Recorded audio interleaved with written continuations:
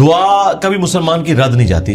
مسند احمد میں حدیث ہے کہ مسلمان کی دعا کبھی بھی رد نہیں جاتی, یہ ذہن میں رکھیے گا. نبی علیہ السلام فرمایا کہ وہ 3 طرح سے قبول ہوتی ہے, یا جو کچھ مانگا وہ مل جائے گا, یا اس کے بدلے کوئی بہتر نعم البدل مل جائے گا, کوئی مصیبت بھی ٹال سکتی ہے, اور اگر یہ نہ ہوا تو وہ تمہاری دعا قیامت کے دن کے لیے سٹور کر دی جائے گی, تمہیں اجر ملے گا. لہٰذا یہ تو اپنے دماغ سے نکال دیں کہ دعا ریجیکٹ ہوتی ہے, دعا کبھی بھی ریجیکٹ نہیں ہوتی.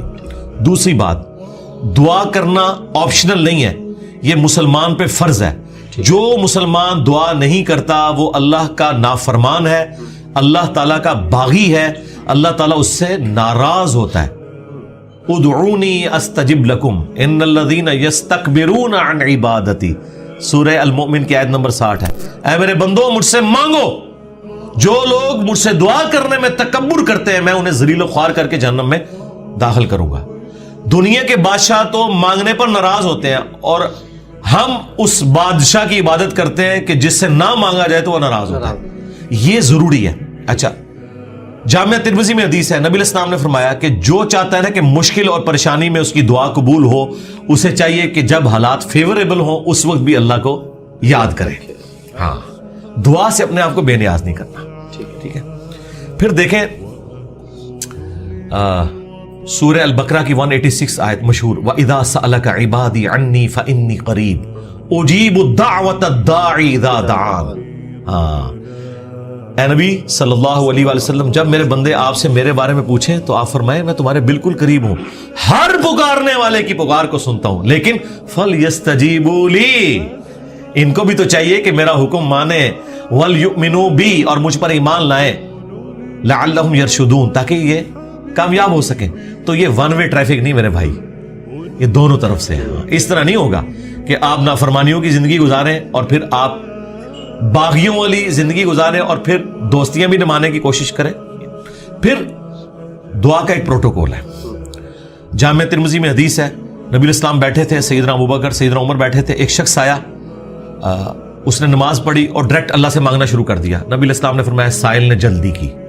پھر ایک اور شخص آیا, اس نے نماز پڑھی, اللہ کی حمد کی, پھر دروشی پڑھا, تو آپ نے فرمایا سل تعطا, سل تعطا, مانگ تجھے دیا جائے گا, مانگ تجھے دیا جائے گا. اور دوسرے بندے کو آپ نے بلا کے کہا کہ جب دعا کرو پہلے اللہ کی حمد کرو, پھر دروشی پڑھو, پھر اللہ سے مانگو. اور نماز میں دیکھیں پہلے ہم اللہ کی حمد کرتے ہیں, التحیات للہ والصلوات والطیبات, پھر سلام عرض کرتے ہیں, اس کے بعد دروشی پڑھتے ہیں, اور اینڈ پہ دعا. یہ پروٹوکول ہے دعا کا, یہ طریقہ ہے دعا کرنے کا. آپ نے دعا اس طریقے سے اللہ کے حضور پیش کرنی ہے تو دعائیں اللہ تعالیٰ قبول فرمانے والا ہے. اور بعض اوقات انسان یہ چاہتا ہے کہ جو میں مانگ رہا ہوں نا یہی مجھے مل جائے. یہ سب سے بڑی انسان کی کمزوری ہے. میں اپنی زندگی میں کئی ایسی دعائیں جانتا ہوں جو میں آج کہتا ہوں کہ شکر ہے وہ قبول نہیں ہوئی, اور اس وقت اگر آپ مجھے پوچھتے تو میں کہتا کہ میری زندگی کی سب سے بڑی خواہش یہ ہے. میں نے خلاف کعبہ 2002 میں پکڑ کے دعا کی تھی کہ اے اللہ مجھے بریلوی مارنا, بجائے یہ کہنے کہ مسلمان مارنا. میں ایک فرقے کے لیے دعا کر رہا تھا. شکر ہے اللہ قبول نہیں کی تھی, تیری مہربانی. آندہ بھی کوئی دعا قبول نہ آئے تھے, اسی میں بہتری ہے جو قرآن میں ہے نا کہ جس چیز سے تم کراہت محسوس کر رہے ہوتے ہو عین ممکن ہے اس میں تمہارے لیے خیر چھپی بھی ہو.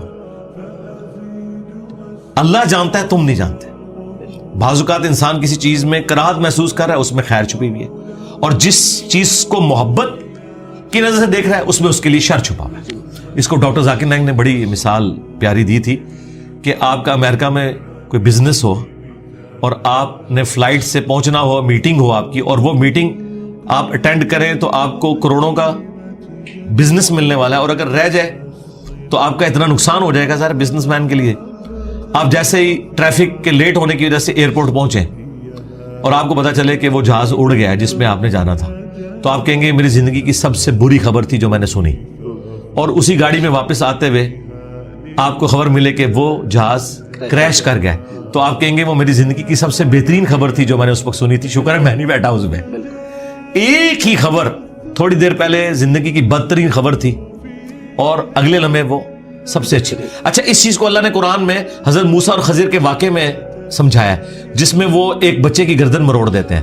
وہ یہ نہیں ہے کہ یہاں کو پیر بچوں کی گردنیں مروڑیں گے, وہ فرشتہ تھا, وہ حضرت اسرائیل والا کام کر رہا تھا, اس کو اللہ تعالیٰ نے اتنی عمر بچے کو دینی تھی. لیکن اس کے جواب میں انہوں نے کیا کہا کہ تمہارے رب نے ارادہ کیا کہ اس سے بہتر اولاد انہیں دے, کیونکہ اس اولاد نے ذلیل کروانا تھا ماں باپ کو.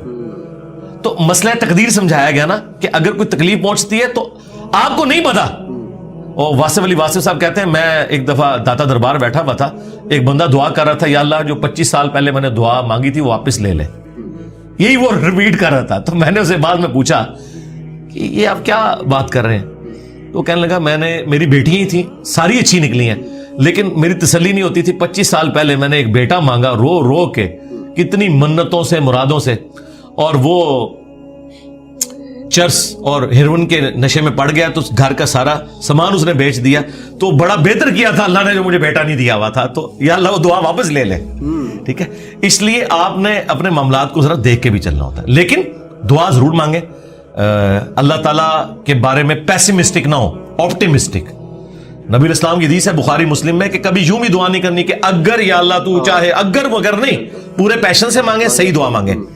اور مسلم شریف میں حدیث ہے نبی الاسلام کہ ایک صحابی اتنے بیمار ہوئے کہ وہ ہڈیوں کا پنجر بن گئے.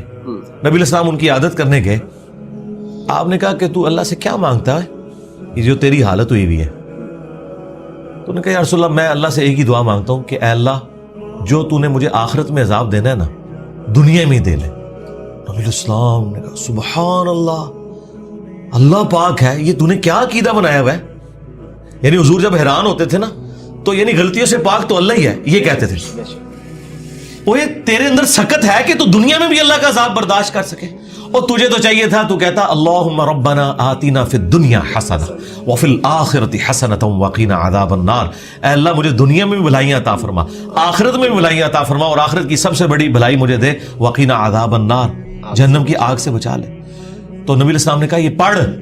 اس نے پڑھنا شروع کیا. صحابہ کرام کہتے ہیں کچھ دنوں بعد وہ ایسے ہو گیا جیسے مردہ زندہ ہو جاتا ہے, بالکل ٹھیک ہو گیا. ٹھیک ہے, تو اندازہ کریں کہ بعض اوقات ہماری اپنی مس ہینڈلنگ ہوتی ہے.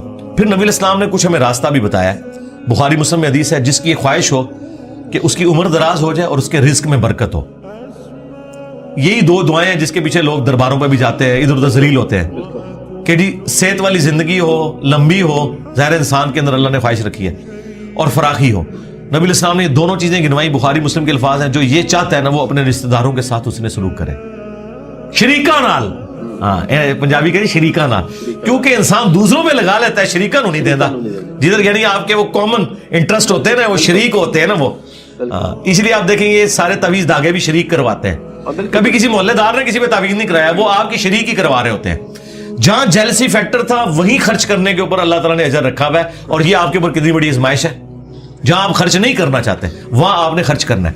اب جو آپ نے وسیلہ اور توسل کی بات کی وہ صحیح بخاری میں حدیث ہے 1010 نمبر حدیث 1010 کہ حضرت عمر فاروق رضی اللہ تعالیٰ عنہ کے دور میں جب قحط پڑ جاتا تو وہ دعا کرتے اللہم, اللہ تعالیٰ کو مخاطب کر کے کہ اے اللہ انا کننا نتوسل الیک بنبینا, پہلے ہم تیرے نبی سے دعائیں کروایا کرتے تھے, اب ان کی وفات کے بعد ان کے چچا کو لے کے آئے, ان کی دعا کی برکت سے بارش نازل فرما, اور وہ بارش نازل ہو جاتی. یہ حضرت عمر نے امت کو عقیدہ دیا ہے کہ توسل اور وسیلہ یہ نہیں ہے کہ کسی کے واسطے آپ نے ڈالنے اللہ کو, بلکہ یہ ہے کہ اس نیک بندے سے جا کے دعا کروانی ہے. بخاری مسلم میں ہے کہ بارش نہیں ہوتی تھی, صحابہ کرام نبی علیہ السلام سے دعا کرواتے تھے, دعا کی برکت سے بارش ہو جاتی تھی. اب قبر رسول پہ جا کے آپ نے نبی علیہ السلام سے کوئی نہیں مانگنا. ہاں وہ دعاؤں کی قبولیت کی جگہ ہے, وہاں کھڑے ہوں صلاۃ والسلام عرض کریں. 4 کتابوں میں موجود ہے, المصنف ابن ابی شیبہ میں, سنن کبریٰ البیہقی میں, الموطأ امام مالک میں, فضل الصلاۃ علی النبی کے اندر کہ صحابہ کرام اور خصوصاً ابن عمر کے بارے میں کہ مسجد نبوی میں وہ آتے, پہلے سفر پہ جاتے یا واپس آتے, پہلے مسجد نبوی میں 2 نفل پڑھتے اور قبر رسول پر آ کے عرض کرتے السلام علیک یا رسول اللہ, السلام علیک یا ابا بکر, السلام علیک یا عمر. ایک روایت میں السلام علیک یا ابتا, میرے باپ آپ پر سلام ہو. تو یہ صحابہ کرام کا طریقہ تھا قبر رسول پہ حاضر ہونا, وہاں کھڑے ہو کر اللہ سے دعا مانگنی ہے. آپ نے کسی یعنی بزرگ سے یا پیغمبر سے ڈائریکٹ نہیں مانگنی, اور نہ واسطے ڈالنے ہیں. دیکھیں قرآن میں 40 کے قریب دعائیں آئی ہیں, سب ربنا کے ساتھ ہیں, کوئی وسیلے واسطے نہیں ہے اس میں. مجھے نہیں سمجھ آتی آپ وسیلے واسطے سے بھی آگے جا کے یہ ڈائریکٹ بزرگوں کو پکارتے ہیں, یا علی مدد کہتے ہیں, یا شیخ عبد القادر جیلانی مدد کہتے ہیں. ان سے پوچھو کہ اللہ کے بندو کیا مولا علی علیہ السلام نے کسی کا واسطہ ڈال کے کبھی دعا کی ہے یا اسے پکارا ہے؟ شیعہ کی جو سب سے اتھینٹک کتاب ہے نا مولا علی کے خطبات نہج البلاغہ, اس میں ایک خطبہ موجود ہے اپنے بیٹے کو انہوں نے کچھ نصیحتیں کی ہیں. اس میں انہوں نے کہا کہ حسن یاد رکھنا تم اس کی اولاد ہو جس نے عنقریب مر کے مٹی ہو جانا ہے. بقا صرف اللہ کی ذات کو ہے. حسن جب بھی تجھے مصیبت اور پریشانی ہو صرف اسی کو پکارنا. اور اے میرے بیٹے حسن یاد رکھنا اللہ کی بارگاہ وہ ہے جس میں اس نے اپنے لیے کوئی دربان بھی مقرر نہیں کیا. تم ڈائریکٹ اللہ سے مانگو. اب مجھے بتائیں اگر یا علی مدد کا عقیدہ ہوتا تو سب سے پہلے وہ اپنے بیٹے کو سکھاتے حسن ابن علی کو.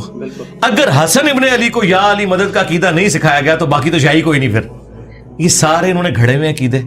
ہاں آپ یہ کہہ سکتے ہیں اے اللہ جو تجھے اپنے نبیوں سے ان کے اہل البیت سے ان کے صحابہ سے محبت ہے میں اس محبت کا وسیلہ تجھے پیش کرتا ہوں کہ میرا یہ کام کر دے. یہ اللہ کی صفت کا وسیلہ ہوگا. ٹھیک ہے. وَلِلَّهِ الْأَسْمَاءُ الْحُسْنَى فَادْعُوهُ بِهَا. اللہ کا اپنے پیغمبروں سے محبت کرنا یہ اللہ کی صفت ہے. اس کا وسیلہ پیش کر سکتے ہیں. ٹھیک ہے. اس طرح نیک اعمال کا وسیلہ وَاسْتَعِينُوا بِالصَّبْرِ وَالصَّلَاةِ نماز اور صبر کے ذریعے اللہ کی مدد چاہو. بالکل آپ وسیلہ پیش کریں. وہ 3 لوگ وہ غار میں پھنس گئے تھے بخاری مسلم میں آتا ہے انہوں نے اپنے عمل کا وسیلہ پیش کیا. یہ آپ کریں بالکل کریں. اس میں تو کوئی شک والی بات نہیں. لیکن یہ جو واسطے ڈالنا فلانے دا صدقہ یہ کوئی ثابت نہیں میرے بھائی. اس طرح کی کوئی روایت اصول محدثین کے اوپر صحیح نہیں ہے جی.